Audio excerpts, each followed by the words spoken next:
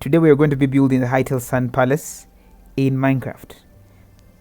This was quite a task, as the previous big build I had done was with my friend Frenziest, which literally cut the work in half, but this time I'm on my own.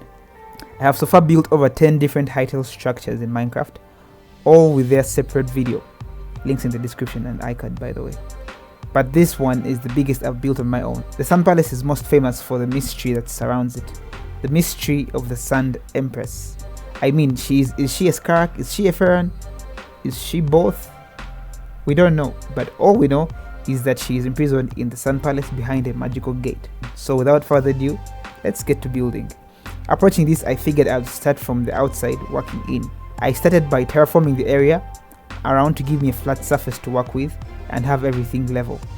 I then moved to create the foundation of the palace, which also is an indicator of the size of this build. The main block of choice here is sandstone in all its variations, as it is what I believe is used in Hytale to build these structures. After the foundation, I moved to create the outer towers. As you can see, they have a kind of rounded top with spiky horns at the top. I used sandstone for the main part of the tower. I then used brown terracotta for the spikes and the tower entrance.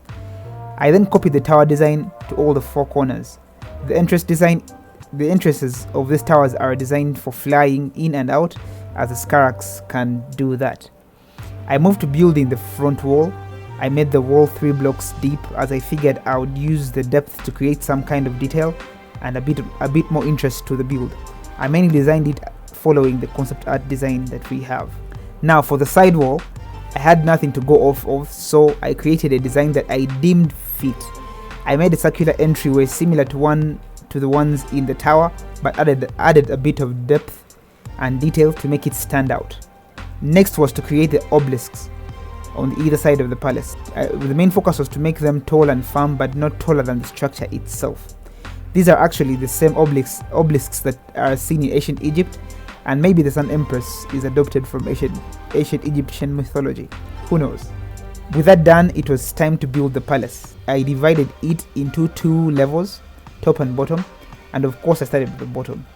Building this was a good challenge, as it required the wall to be built at an angle and a curve. I started by building out the corners and then filling in the walls.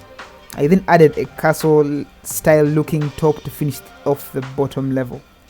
Following the angle and curve building, I had to build the symbolic Skarak horns that are seen throughout all Skarak structures or architecture. Seriously, these guys really love their horns. I copied the horns all to the corner, and I copied the horns to all the corners of the palace and moved to making the palace entranceway, which also is fashioned with a similar circular entry point. After that, the bottom level was done. For the top level, I pretty much followed the blueprint I had. This was also at a curve and an angle, but by now I'd gotten the hang of it and just proceeded to add the necessary details like the Skarak insignia and the mandible top. With that, the Hytale Sun Palace was finished.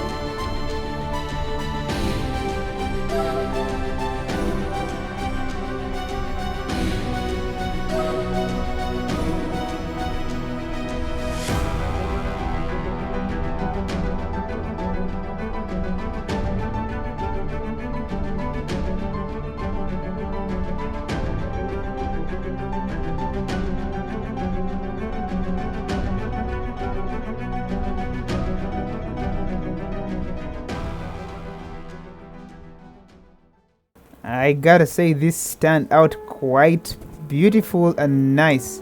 I understand that it's supposed to be menacing like I've done for most of my other Skarak structures, but I like how it looks in in the glory of the what they call this, in the glory of the sun. I don't know, is it just me, but doesn't these skarks, don't they just look like, doesn't the palace look like an insect? Like this could be the abdomen of the insect, then it moves up to the legs and the I don't know, thorax of the thorax of the insect, and then that's the head. It kind of looks like a termite. You know what? I think skarks were designed after termites. Like, I believe that greatly. Yeah, but of course we have our resident skarks, Minecraft skarks, who are the bees around. And then I added a bit of detail. I added the trees, the huge baobab trees that we have seen in Hytale. And the other thing I wanted to show you guys is this is how this place looks during the day, and this is how it looks at night. But look at this. Just imagine, stumbling upon such a structure at night, and you're like, whoa, what is this? What is this? And I have to tell you guys, this is only halfway of the structure of the. This is probably half of the actual size, or maybe like 3/4. The structure we'll find in Hytale will be a lot bigger. So that there is supposed to be an insignia of the Sand Empress, and yeah, that's what we have. Towers all over, and then the magical gate. I used respawn anchors here because I failed to get the end portal block. But yeah, this is the magical gate that's supposed to take you to, I guess, to the instance. Actually, the concept art says this takes you to the instance where the Magic Empress was imprisoned, which makes me believe that it's either it's like it takes you to the past, it says instance, or maybe it just takes you to a different area which is not attached to the spawning of the structure, because this structure itself will have to spawn in different places in different worlds, so, or maybe there may be more than one, who knows. I don't know. I think there'll be one, but yeah, if you enjoyed this, be sure to leave a like, comment, and while you're down there, you can subscribe. Catch me outside of YouTube in my Discord or on my Twitter. All the links are down below. But till then, it has been me, King Passion, and I'll catch you next time. Bye for now.